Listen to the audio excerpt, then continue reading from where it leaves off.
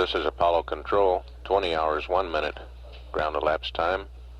Apollo 10 presently is some 89,499 nautical miles away from Earth, continuing to slow down in its 2.5-day trip to the moon. Velocity is now 5,914 feet per second. And here in Mission Control, we're still monitoring the rather easy rest period of the crew, their first sleep period for the mission. We've got about another hour and a half in the scheduled rest period, after which the crew will begin their status report, get a consumables update from the control center here, also a flight plan update for the coming day's activities. Purge the fuel cell oxygen.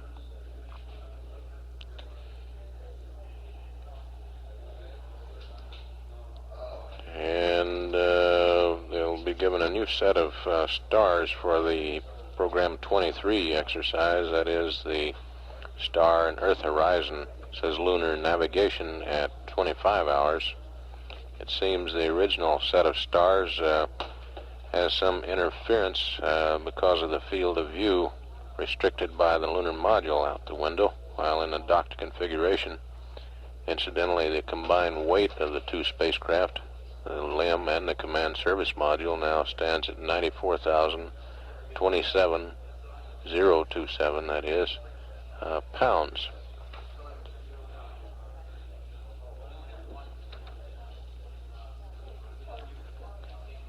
We're now tracking through the Madrid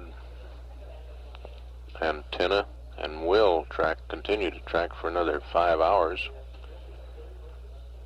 handing over to Goldstone at that time. All going well in the mission of Apollo 10, and at 20 hours, 3 minutes ground elapsed time, this is Apollo Control.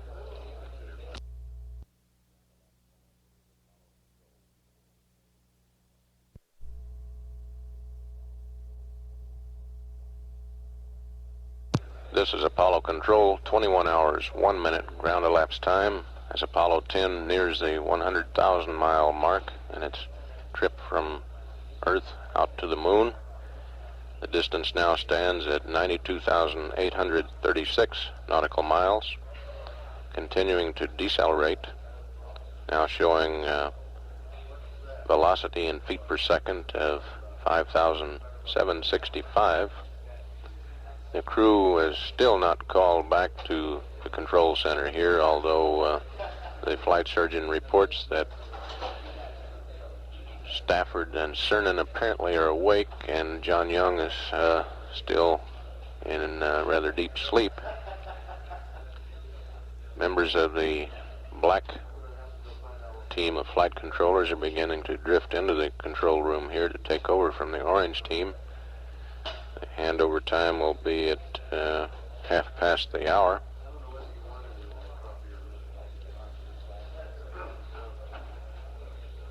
We'll monitor the air-ground continuously and pick it up when the conversation does resume, when the crew does wake up and begin their day's work, get their breakfast, and so forth. And at 21 hours, 2 minutes, ground elapsed time, this is Apollo Control.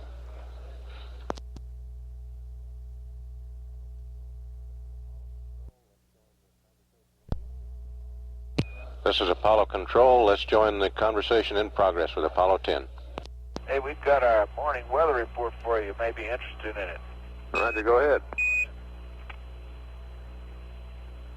Roger, it's a European African weather report. Portugal's clear. Spain, western Spain is clear. Eastern Spain along the Med is under clouds. Italy's in the clear south of about Rome. Sicily, Sardinia, and Corsica are under partially cloudy to cloudy skies. Greece is clear. Crete's clear. Turkey's under very scattered clouds. Bulgaria's clear with partially scattered clouds. But the rest of Europe is mostly under the clouds. As a large part of Soviet Union north of the Black Sea that's in the clear, but the rest of it appears to be under clouds too. Arabia appears to be clear. Israel, clear. Jordan, clear. Libya and Egypt are clear except for a cloud strip along the center of the country in Saudi Arabia that runs from Saudi Arabia across the Sinai Peninsula and through Egypt. Africa's clear in the desert to the north and cloudy farther south. It's clear pretty much to the south except for the Cape where South Africa appears to be under the clouds. That's your morning weather report from about 100,000 miles. Roger, thank you, Apollo 10. The only thing missing was the music.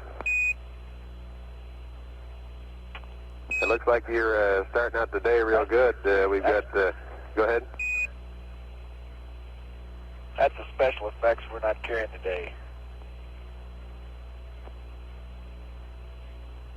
It looks like old Charlie Brown is motoring right along in good shape there. Your consumables are ahead on everything, and Snoopy's hanging in there real well, too. Your mid-course correction will be on time. It'll be only 49 feet per second. And we have a flight plan update when you're ready to copy. Okay, stand by. We want to get a couple of pictures of the Earth. We're in a good position right now.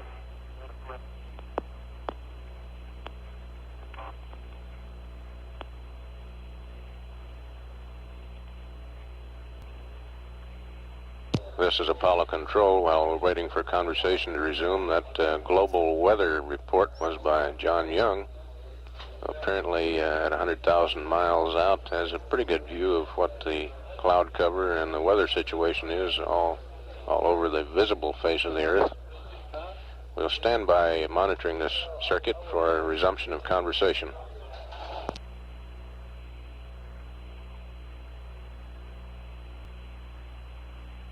This is Apollo Control. While we're waiting for the crew to get things sorted out so they can continue the flight plan updates and beginning the day's activity, Flight Director Glenn Lunny is briefing his team as they come aboard with all the things that have to be done today. Here comes the crew. Go ahead, Tom. Good morning. How do you read me, Tom? Roger, loud and clear. Like I told Jack earlier, we had a real great night's sleep. All three of us feel tremendous this morning, and it looks like we're running ahead on all consumables. Right, good show. The only thing we really have for you when you can get squared away is a flight plan update, and we need some RCS totals, I think, on the consumables, about the only thing. Okay, you ready to copy? Right, go. I'll give you... Okay. On ring A, 91%. Ring B, 94%. Ring C, 96%. Ring D, 92%. Roger, we copy all that.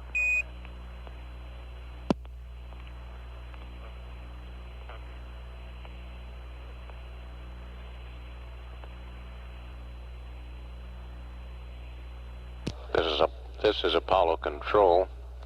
Tom Stafford reported the percentage of propellants remaining in the various quads instead of rings. He said rings, although he probably meant quads on the service module. A, B, C, D, 91, 94, 96, and 92% respectively on those four quads. We'll continue to monitor for further conversation. The various slips of paper being passed around here with all the flight plan updates, and Capcom is getting ready to jump in. Let's listen. Update. Right, on the flight plan, Gene? Yeah, it's firm. Okay, at crew convenience, we'd like you to get your personal dosimeters and put them on your person. It's no big deal on this, so if you don't feel like unstowing the suits, it looks like they're still on the suit, so at your convenience on that. And at no later than 23 plus 30, we need a wastewater dump. Okay, and for John's P23, go ahead.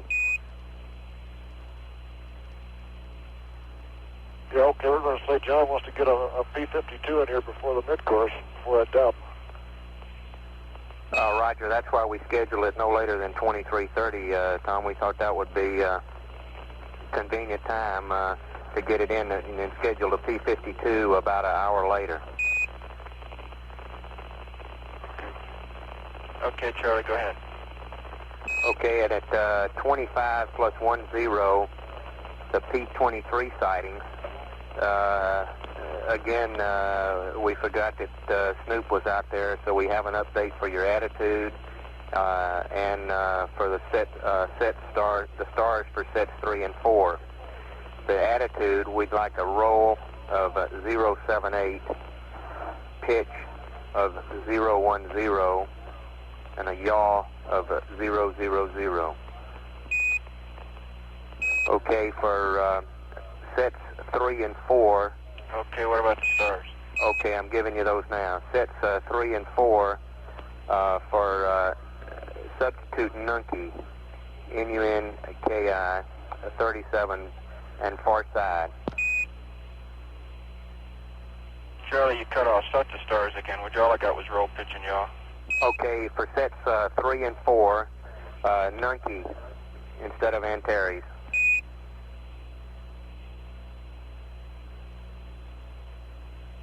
And we want the far side on Nunky.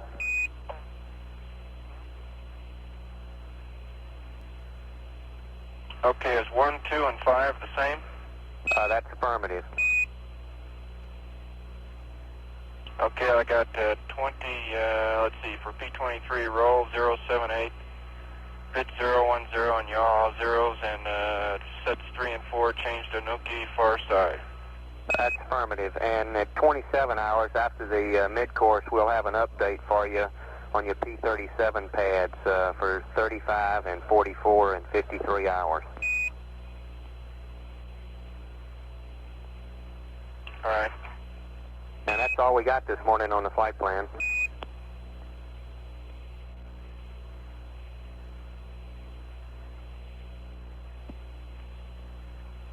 Okay, doke, I think I got it all, Charlie. We'll get that wastewater dump in prior to 23:30, and we'll make a valiant effort on the dosimeters. Raj, we copy. And as soon as you settle down to breakfast, we'll, if you'd like, we got a news summary here. We'll be glad to read up to you.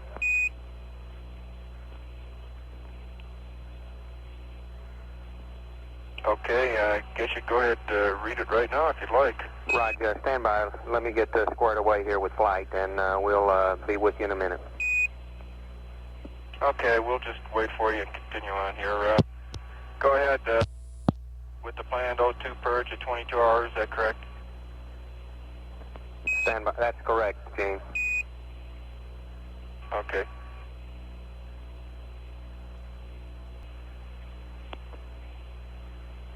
Hello, Apollo 10, Houston. We'd like to, you to give us a little idea of how the thruster activity disturbed you during the night, and whether we could go ahead and continue on tonight with the same plan. Yeah, Charlie, Roger. What happens if you're flying a B-47 or even a C-133? It seems like a loose dynamic structure after the thruster fires. The noise doesn't bother you at all. It's just a dull thud.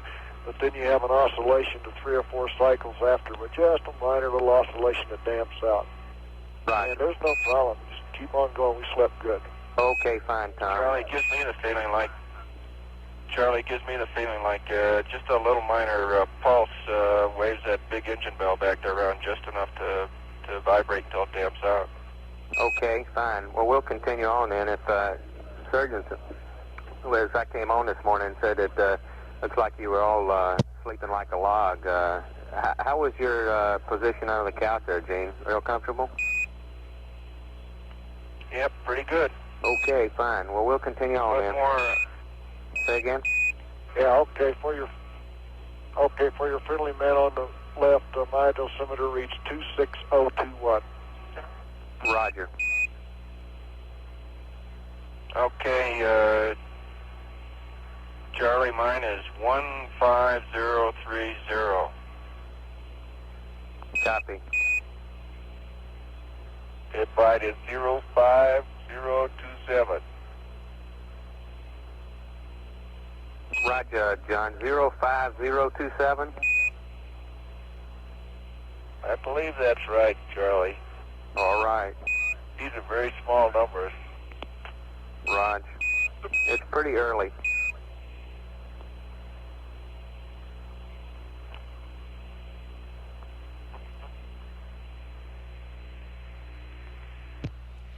This is Apollo Control at 21 hours 51 minutes into the mission. We'll continue to stand by live. Capcom Charlie Duke does plan to read up a news summary to the crew. Apollo 10 is now 95,629 miles from the Earth. Velocity 5,648 feet per second. And we're showing a weight of 94,027 pounds. In Houston, we're ready with a summary of news and sports as compiled by your friendly third floor astonisher, Jack Riley, in his office. Are you ready? Man, we're just about ready for anything. Right. This is a news team of McCandless and Duke then. Newspapers, television, and radio are concentrating on the flight of Apollo 10. The Houston Post banner read, Apollo 10 out of this world. And for the first time in memory, the entire front page of the Post is all space news. The news wires are commenting on the quality and quantity of the TV transmissions yesterday. Senator Barry Goldwater paid surprise visits to the Stafford and Young homes yesterday. He said he came to Houston because he had been to the Cape before, and each time a launch had been postponed. Other than the Apollo 10 mission, the world has been relatively quiet. In other news highlights, Leonard Bernstein left his position as conductor of the New York Philharmonic Orchestra. Governor Rockefeller is in Latin America this week on a presidential assignment. And a Siamese cat in Vancouver, Washington is mothering 3 baby skunks who were orphaned. A Chicago art collector paid $12,000 for a 120-year-old paperweight. And U.S. Air Force planes are seeding clouds in the Philippine Islands to combat drought conditions. In the sports news, the Astros beat the Cubs for the second time in 2 days. The Sunday afternoon battle at the Astrodome ended with the Astros on top, 6-5, before a crowd of over 13,000. In other games, it was Los Angeles Dodgers 6, Pittsburgh 5, St. Louis 6, San Diego 5, Atlanta 8, Montreal 3, Philadelphia 9, San Francisco 8. And in the American League, it was Baltimore 5, KC 0, Detroit 8, Minnesota 2. Washington won 2 games from Chicago, both by 3-2. New York beat California twice, 3-1 and 1-0, and Seattle beat Boston 9-6. The trials at the Indianapolis Speedway were washed out yesterday. And Majestic Prince, who won the Preakness on Saturday, may not run in the Belmont Stakes June 7th. The horse's owner reports the horse is tired and has lost weight. Too bad. Majestic Prince is in the first horse since 1948 that is a chance to win the Triple Crown. And here is your horoscope reading for today, Apollo 10. Tom Stafford, you should concentrate on finishing things that you have already started. Today's pace will be moderate. Use this time to take inventory. And Gino, your horoscope reads, give careful thought to your working and driving habits. Do something nice for your friends. John Young, you will have a slow day today. This will give you time to concentrate on the work ahead. You will enjoy your surroundings and companions. And the weather in Houston is beautiful this morning. The sky is clear and temperatures will rise to the low to mid-80s. Last night, a clear thin crescent of the moon was visible. And this finishes the first annual McCandless Duke radio cast. Over. Roger, good morning, Charlie. Good morning, Bruce. Hey, you guys are too much down there. That's fantastic. Boy, you ought to be. I quit. You give the weather next time, too. Right. Yeah, that's just tremendous. You're going to put someone out of business down there if you don't watch out. Maybe you guys. Hey, we'll keep fanning a peacock up here, and you guys keep talking. Okay, fine.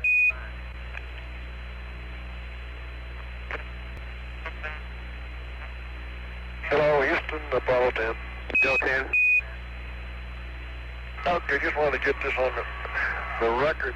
When we woke up this morning, take a drink out of the water gun, everything was just great. Everybody had a good drink, and then I took a drink, and it is absolutely horrible. That's kind of what we figured. Yeah, it started out early this morning, it's good, and I got a horrible slug of chlorine. My mouth's still burning, no problem. And so did John. Okay, I guess you were getting a good... get it on the record. Right, Tom. I guess you were getting it out, the good stuff was in the lines there, out of the tank perhaps or something. And once you got the tank water, it was bad. We kind of figured. Yep.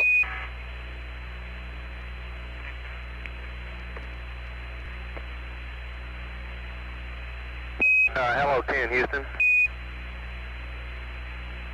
Go ahead, Charlie. Hey, Raj, Gene, last night when you chlorinated the water, did you, we'd like to know if you left the potable tank inlet valve open for 10 minutes after you chlorinated.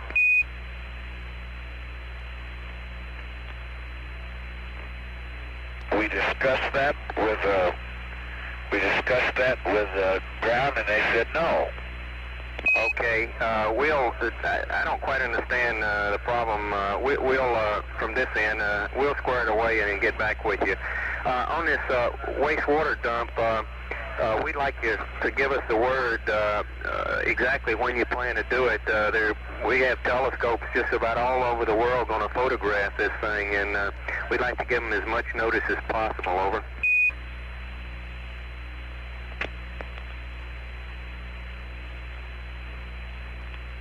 Okay.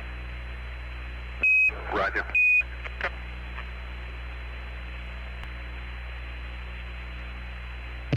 This is Apollo Control at 22 hours, 4 minutes.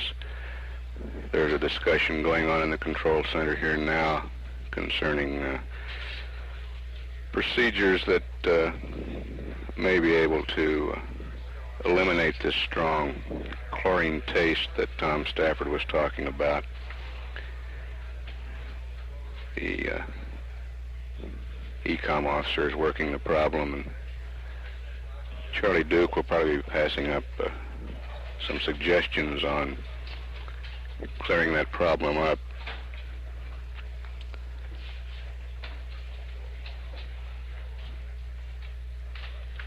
We're showing now Apollo 10, 96,235 miles from Earth at a velocity of 5,624 feet per second. We'll continue to stand by live for any transmissions.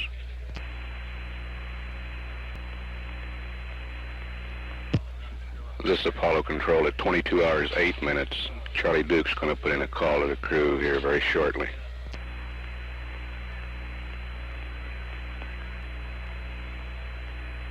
Apollo 10, Houston, before you use any of the water to mix into your food, would you hold off? We're trying to get this resolved. Over. Okay, Charlie, we thought that probably chlorine would taste better in fruit juice than it would by itself, so we've already pressed on. Okay, it's probably going to be pretty horrible. The standby one, we'll have some words for you.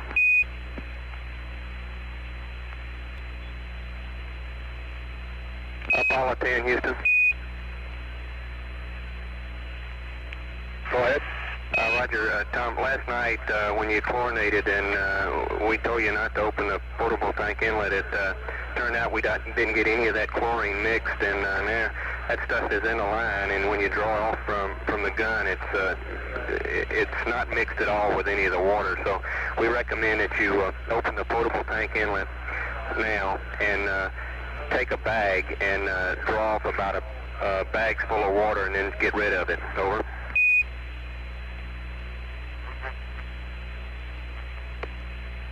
Roger. Charlie, I'll go ahead and give you an O2 purge now. Roger.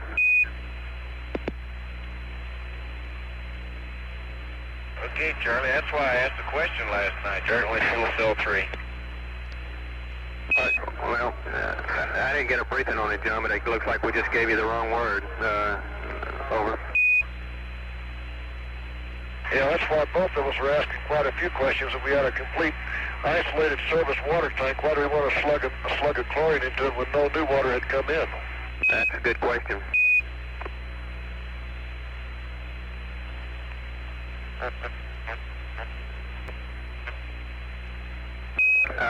10, Houston, on your orange juice this morning, we recommend that you probably not drink that, and that you consider getting rid of it. It's probably almost pure chlorine in the juice.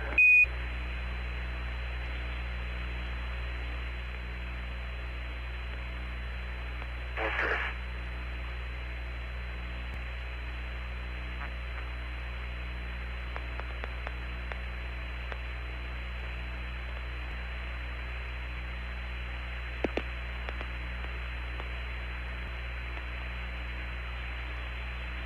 This is Apollo Control at 22 hours 16 minutes. We'll take this release line down now and come back up when there's further conversation. They're calling now. 10. Okay, the LAMP CMLP is up to 9/10 today. Roger. Copy, John. That's 0.09. Roger. 0.9. 0.9, got you.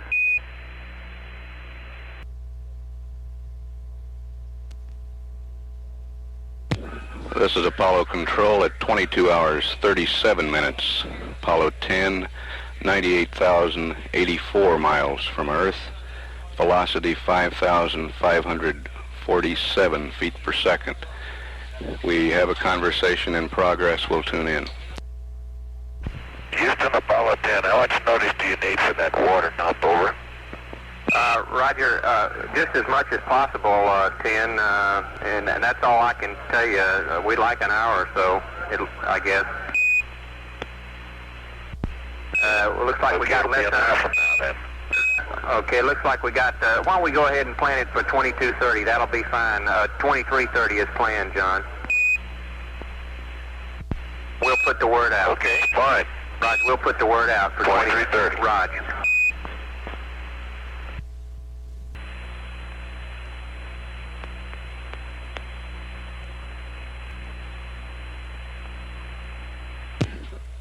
This is Apollo Control. Astronomers at a number of observatories throughout the world will attempt to watch this wastewater dump scheduled for 23 hours 30 minutes into the mission.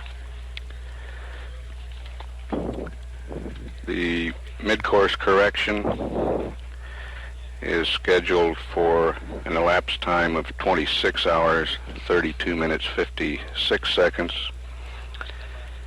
Will be done with the service propulsion system. 49 feet per second, delta V. Duration of the engine firing, 6.7 seconds. With this maneuver, we will be doing part of the correction to place Apollo 10 over the proper ground track at the moon. We want the same ground track that the Apollo 11 spacecraft will follow.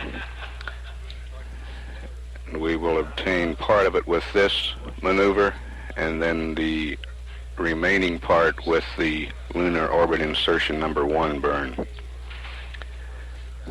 This is Mission Control, Houston.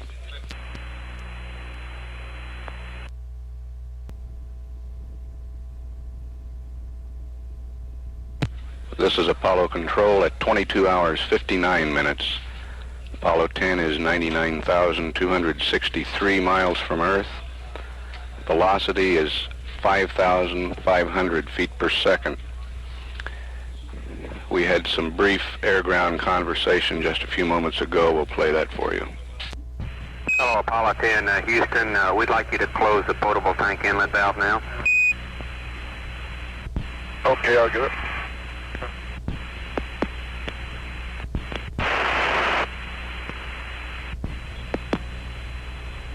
Houston, this is Ken. Apollo 10, this is Houston. Go ahead. On this cycle of cryo fans, how long do you want us to leave them on? Stand by. Apollo 10, this is Houston. The cryo fans, 2 minutes for each tank. Same for H2 and O2. Over. Okay. Roger up.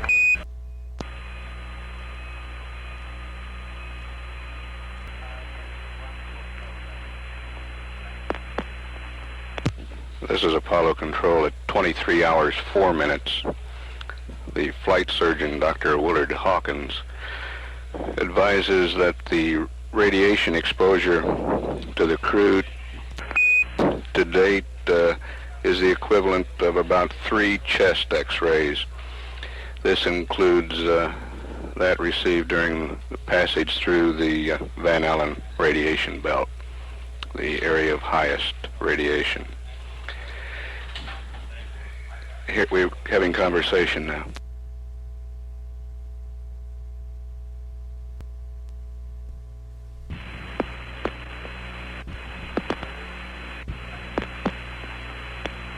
Houston, this is 10.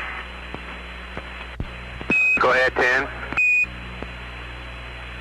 Listen, you guys were so good to us with the news this morning, we thought you'd bring you a little disc jockey work from up here if you're prepared. Roger. This is Tom and John on the guitar and 3 of us singing. Okay.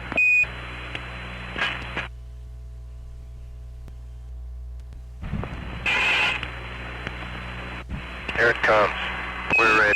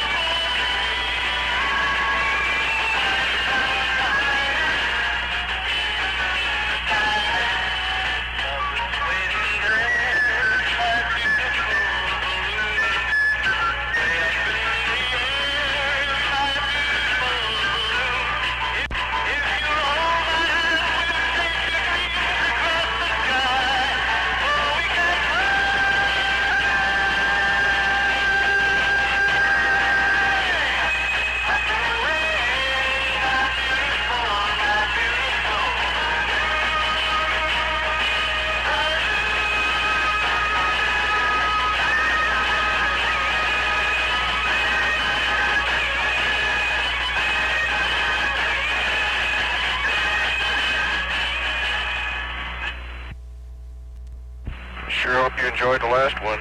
Hey, that was really beautiful. Somebody's voice is changing, though, or either you stowed somebody away up there. I thought that song was sort of apropos. It really was beautiful. It was really great, you guys. Y'all been practicing a lot.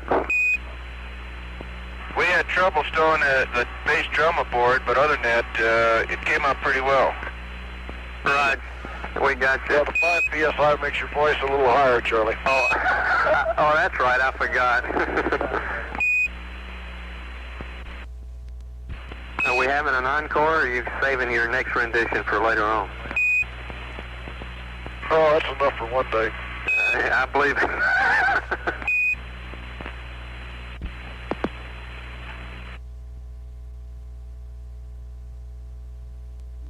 Got a few more, Charlie, but we'll save them for a while.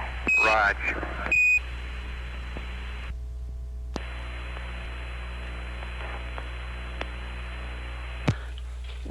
There's another space first for Tom Stafford, although it probably won't rank as high in the technical annals as the first space rendezvous he and Wally Schirra performed.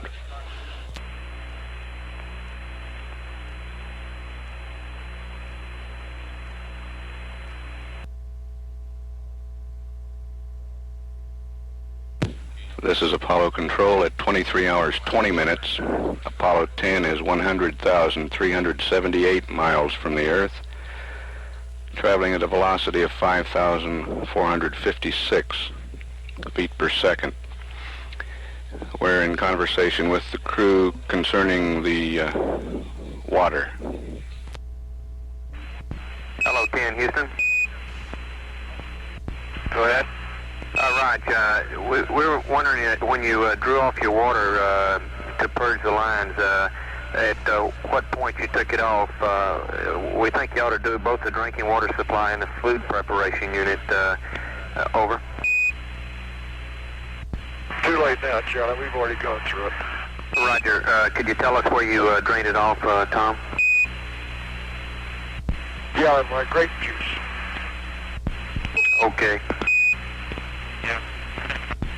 Yeah, it came off the food servicing thing. It came off. Okay, By the time you'd already got the word to us, don't sweat it, Charlie, okay? Roger.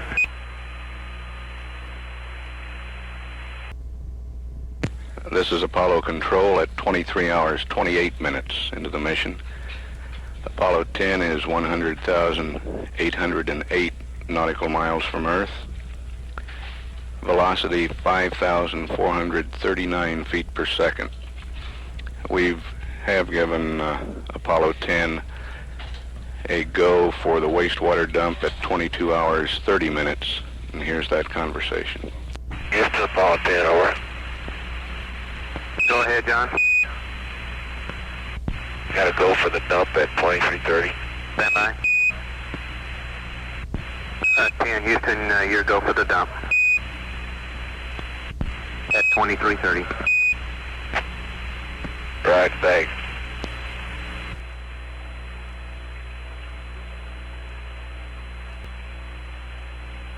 Okay, Houston, Apollo 10, we started the water dump. Roger, copy, Tom. And it's really filling the sky out here, Charlie. Roger. Boy, it really is.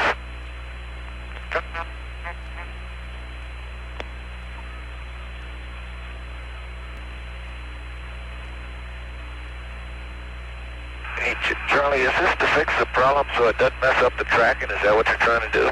That's affirmative, John. We would have to dump before... we wanted to dump as close as possible to a mid-course, before a mid-course, and if this one goes as planned, we wouldn't do another one until LOI, and we'd be over the limit. Understand.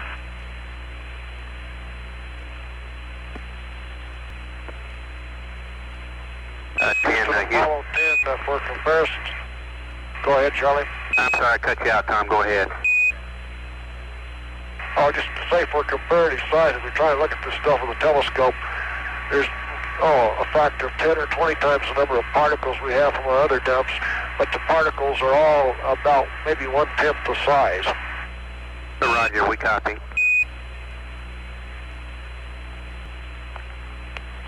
10, ECOM's just corrected me. It looks like we'll have to do the dump once a day.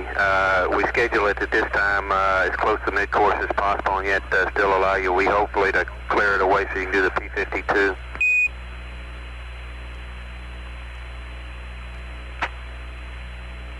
Yeah, there's a lot of stars out there right now. Well, I'll bet.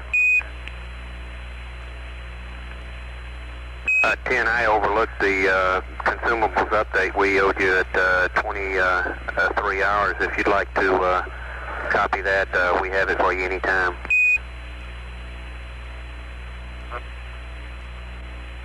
Okay, go ahead. Okay, you're at 2230 GET.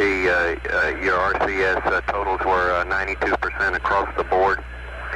We had an H2 of a total of 48.2 pounds and an O2 total of 565 pounds.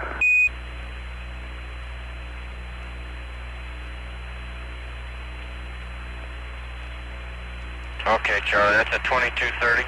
Roger.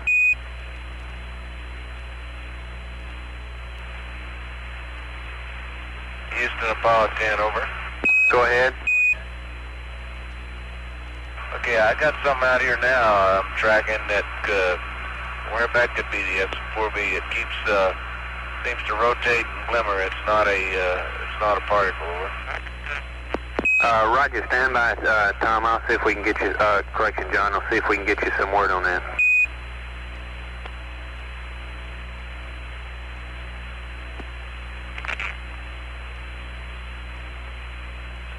It's a long ways off. Okay. It doesn't even fill the center of the reticle. It goes about half the width of the reticle. Half the width of the lines in the center of the reticle. Roger, copy.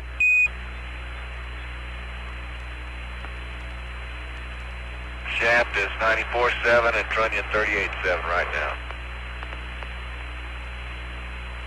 Roger, we copy 10. We're copying down your attitude and your shaft and trunnion, and it'll take us a while to run it out. The FIDOs are busy with the mid-course right now. Okay, sure. That's something you can do post-flight if you want to. Roger, and your water dump's okay. You can turn it off. Roger. We're in pressure release 2 now. Roger.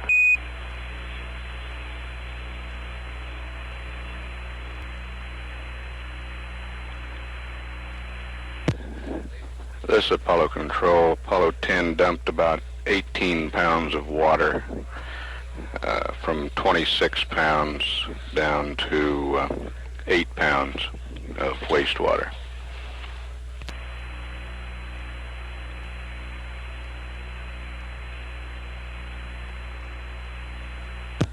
This is Apollo Control at 23 hours 41 minutes.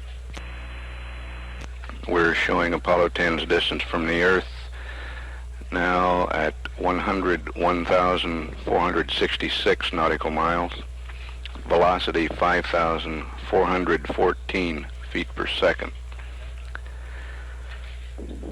John Young reported he is tracking something in the optics that rotates and glimmers, and it's a long way off. He believes it may be the S1VB, the third stage of their booster. The flight controllers here will attempt to verify that a little bit later. They're busy now on the mid-course correction, and following that work they will take a look at where the S1VB is and attempt to verify for John whether indeed that is what he's seeing.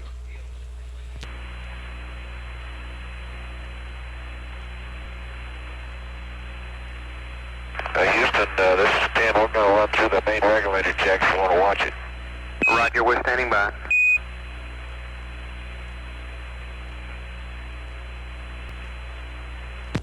This is a test of the redundant components of the environmental control system being performed now.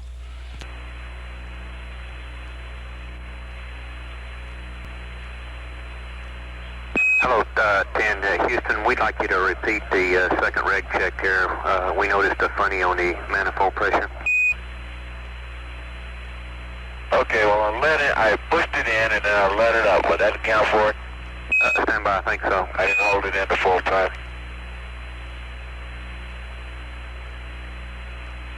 I pushed it it in for about 2 seconds, and I let up on it, then I pushed in on it again. Right, the econs would feel warmer if you just do it one more time for us, John.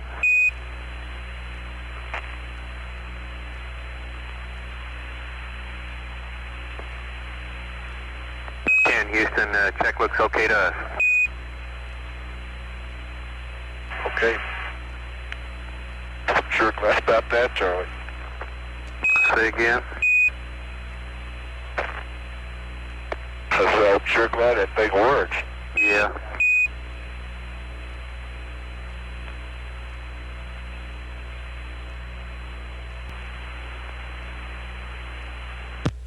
This is Apollo Control at 23 hours 51 minutes.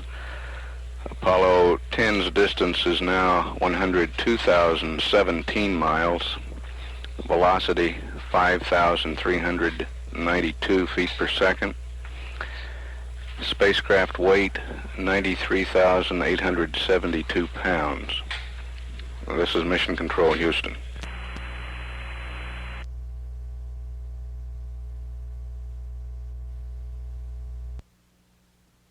Apollo Control at 23 hours 53 minutes, and we're in conversation with the crew. Hello, Houston, this is Charlie Brown. Go ahead, Charlie Brown. We finished the ECS redundant component checks, and everything looks good from here. Roger, we copied it all. Gene, looks go to us too. Okie doke. Sure appreciate a little news bulletin. Plan another one tomorrow, will you? Roger, we'll have our morning report when we first come on for you. Yeah, Charlie, we just can't tell you how great that sounded this morning. That was just tremendous. Well, glad you enjoyed it. What do you call? That's that R-scope. We wouldn't want these guys to do anything wrong, huh? I'll say, you got to watch them, John.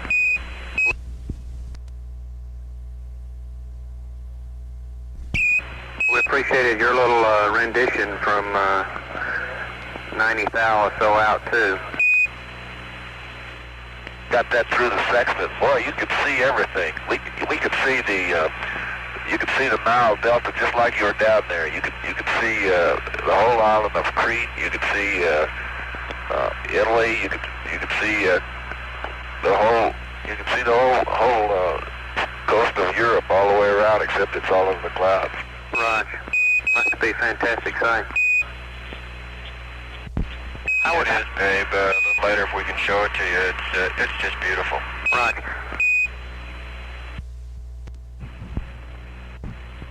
How does the sextant bring out the landmarks, John? You think you'd have any trouble tracking from way out there? I don't think you'd have a bit of trouble. I think it'd be a piece of cake. Those places that are open that we always plan to use for landmarks, like that coastal land down off Arabia down there, is just as clear as a bell right now. And yesterday, Baja California was wide open too. Right. We could see that real clearly on the TV. And it'd really be a piece of cake to track to do any star landmark work. Roger. Do you have any trouble looking at the stars before the dump? Could you see all the stars you wanted to see, John? Can't see any stars with a limb on there, Charlie, except in auto optics. Well, that's what I meant.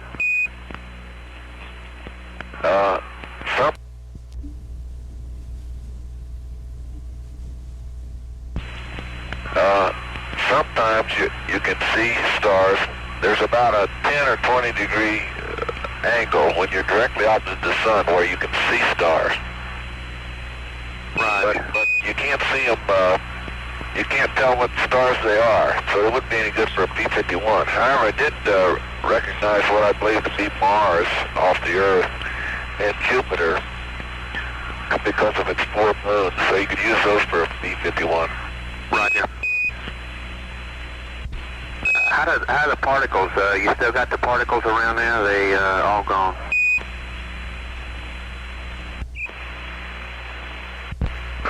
I could see a few out the left side window, but within about 5 to 10 minutes, most of them have dissipated. Roger. Those particles are so fine, they don't seem to be as big as the other one come from the waste system dumps that we make, and they're not as persistent apparently too. Roger, we copy.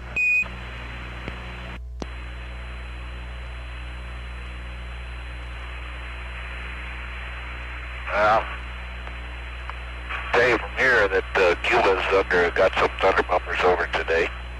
Roger.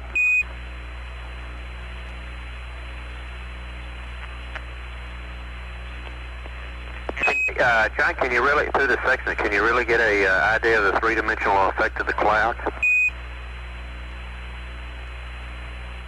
No, it just sort of looks like a picture. Roger. To me, anyway.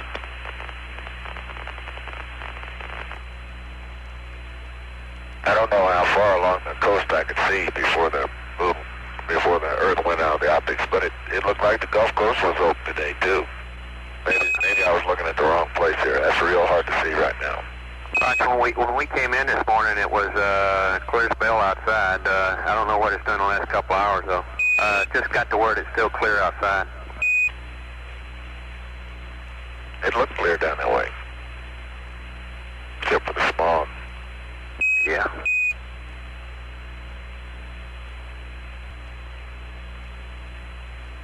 That's John Young discussing the weather with Charlie Duke.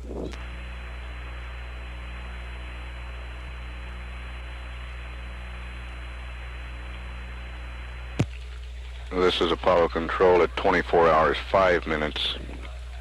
Distance is 102,742. Go ahead. Hello, Houston. Go ahead, Tim. You know, I've been looking at the Earth with the monocular, and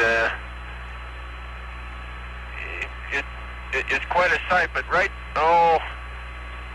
to the left of it in my field of view is this rotating object John saw a little while ago, and I'm looking at it through the monocular, and sometimes it appears to be the S1VB or else it's a slaw panel, but it's definitely got 3 dimensions, and it's rotating at quite a fair speed. I tend sometimes to be able to pick the nozzle up on it, which makes me believe it might be the S4B. Roger, say again the position with respect to the Earth, James. Well, I got the Earth out the right side of my right-hand window, and it's perpendicular to the terminator of the Earth. Okay. On the lit side of or the dark side of the terminator?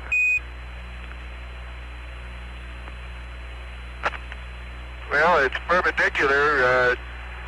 The terminator's got both sides, doesn't it? I'd say it's let's see, from north to south pole, it's towards the east. Okay, that's what I was trying to dig out. I probably said it wrong, though. We got the back rooms working on where the S4B should be. We should have you some word here in an hour or so, probably.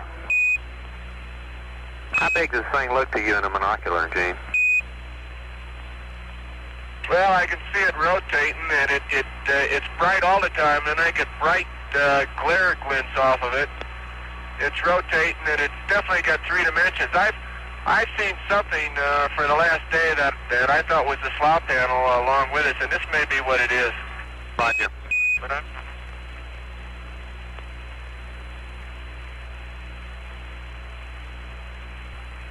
Hello, got 10, Houston, we're going to switch ground stations. You may get some noise for a couple of seconds.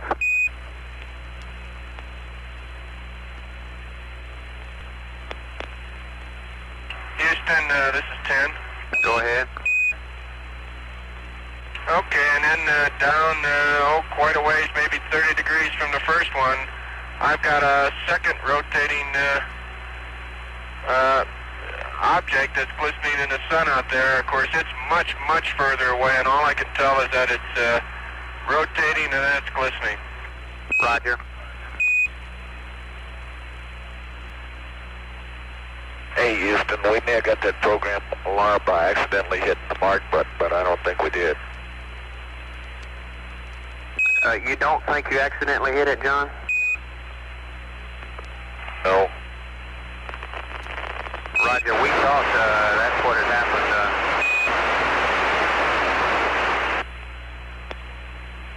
Tell me this, call up Verb 599, just, we got to reset the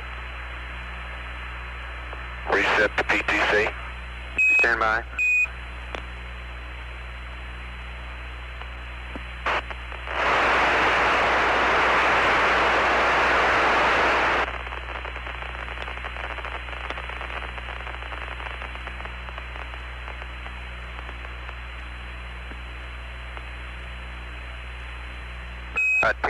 Houston, that's negative.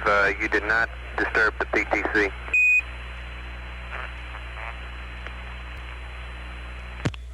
Gene Cernan is observing those objects through a monocular. That's half of a binocular.